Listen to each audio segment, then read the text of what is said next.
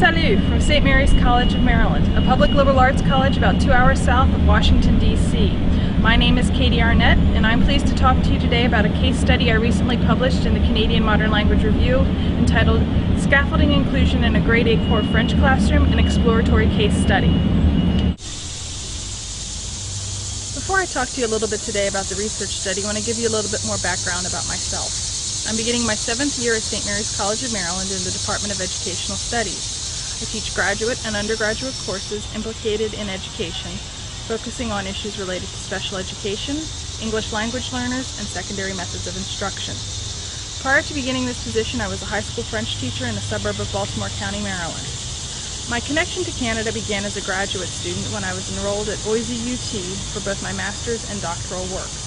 It was during my doctorate that I collected the data that were featured in the article published in the CMLR. I still remain connected to the FSL community in Canada, even though that I'm no longer a part of the FSL community here as a classroom teacher.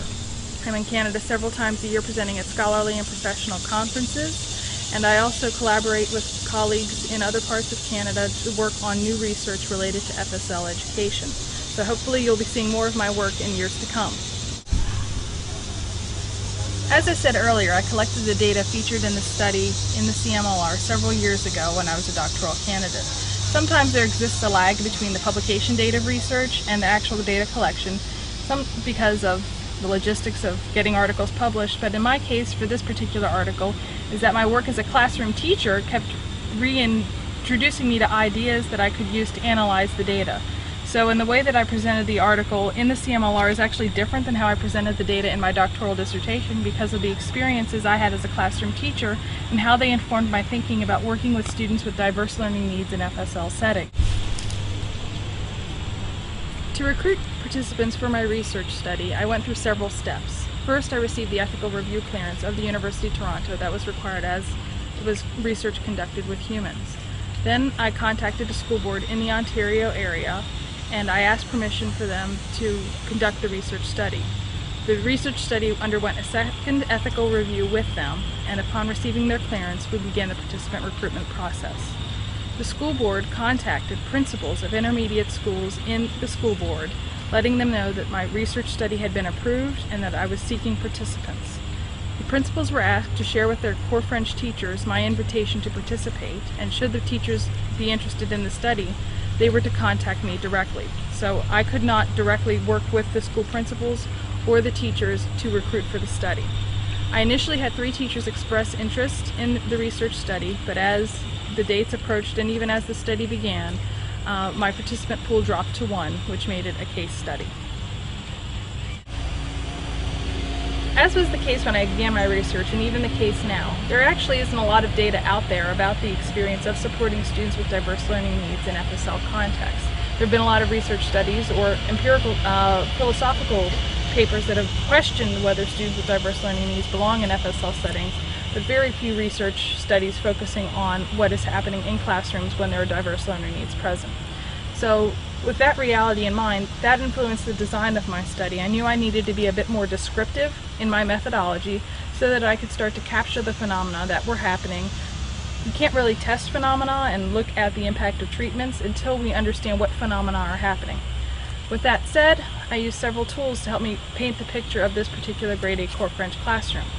I used an observation checklist that I had designed for a previous research study that was an adaptation of tools already out there for second language researchers, but it was a hybrid with materials that were developed for teachers interested in special education and identifying levels of support for students with special needs. This was an instrument that I piloted prior to the implementation of this study and developed inter-rater reliability with to ensure that the measure was reliable and valid and that my coding practices were pretty consistent.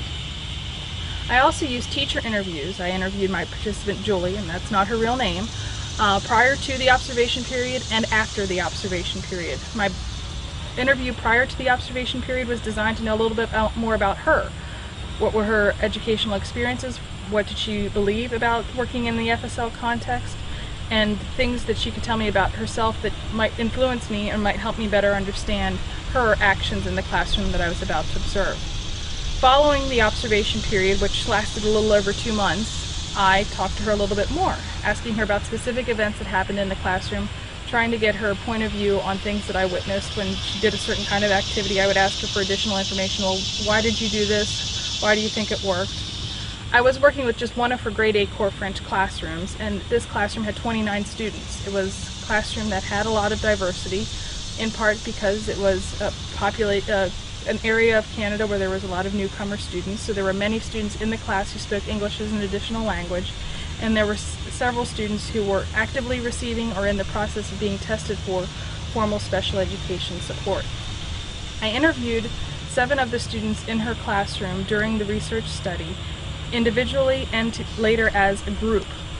My goal in interviewing the students was to understand their perspectives about her core French classroom and what they viewed as effective and supportive in her teaching style.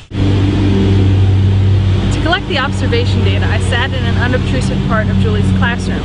As she taught, I used the observation checklist to keep track of which strategies and resources she used to make her teaching more accessible to diverse learner needs.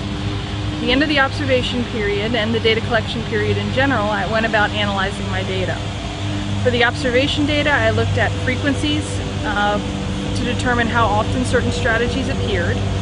For the interviews, I looked to find trends that emerged in the ideas that were shared within the individual student interviews and across the focus group interview with the students. The interviews with Julie served to help contextualize the descriptions I would write about of the periods that I observed in the classroom. In terms of findings for the research study, this is again where the influence I had of being a classroom teacher at the time influenced my thinking about the research.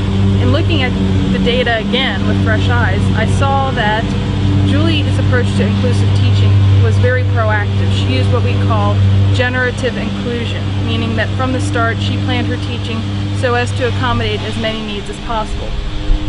We're starting to also term this idea universal design for learning now. This was not necessarily what I had thought heading into the study, so it was interesting to see this emerge from the data. In terms of the adaptation strategies she used, I saw them being divided into 2 categories. Strategies that were used to help support students as they worked to understand the language that was presented to them, and then working to help the students build meaning in the languages they were communicating to each other and back to Julie. I talk about some of these strategies in detail in the study, focusing on those that were most dominant in her pedagogy. Some of the things that she used include sentence frames to help students know how to structure responses or start responses to questions. She would use slow, clear language with frequent repetitions to help students understand key points that she was trying to ask of them in the classroom. She had a lot of visual resources made available to the students to understand language and to remind them of language concepts. Julie's classroom also promoted an atmosphere of collaboration. Students were always encouraged to talk to neighbors, to ask for clarification about work that was happening, and also to be able to problem solve in tasks. You could definitely see this collaborative spirit come through in the students when I talk to them about Julie's classroom. I report on those results in a study that was published in 2008 in the Canadian Journal of Applied Linguistics.